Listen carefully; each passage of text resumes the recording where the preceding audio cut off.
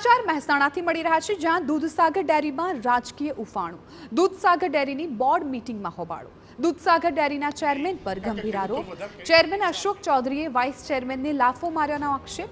પ્રશ્ન પૂછતા ચેરમેને ઉશ્કેરાઈને લાફો માર્યો હોવાનો આરોપ। વાઇસ ચેરમેન ફરિયાદ કરવા માટે પોલીસ મથક પહોંચ્યા।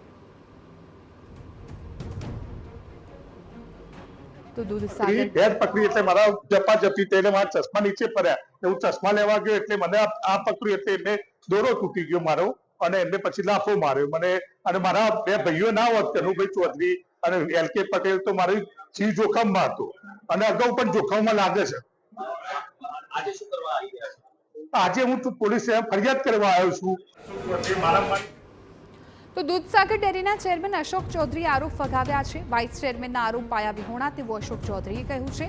વાઇસ ચેરમેનના સવાલોના જવાબ આપ્યા હતા તેવું પણ તેમણે કહ્યું। મેં કોઈના પર હાથ ઉપાડ્યો નથી। યોગેશ પટેલે ઉગ્ર બની અસભ્ય વર્તન કર્યું હતું।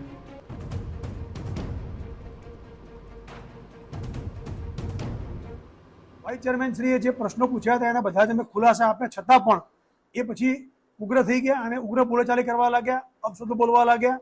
છતાં પણ અમારા બોર્ડના સભ્યોએ એમને સમજાવ્યા કે તમે વાઇસ ચેરમેન છો, તમને શોભતું નથી, છતાં પણ એ મર્યાદા ચૂકી અને ખરાબ શબ્દો બોલતા હતા। એ પછી બોલ્યા પછી અમે લોકોએ પણ એમને સમજાવ્યા પછી એ આ જે વાત કરે છે હાથ ઉપાડવાની બધી, એ બિલકુલ પાયવેવણી વાત છે। એ જાતે જ બોર્ડ છોડીને નીકળી ગયા છે અને એ એમને રોકવાનો પ્રયત્ન પણ કર્યો કે તમે લોકો બેસો, પણ એ બેઠા નથી અને પોતે બોર્ડ છોડીને નીકળી ગયા છે।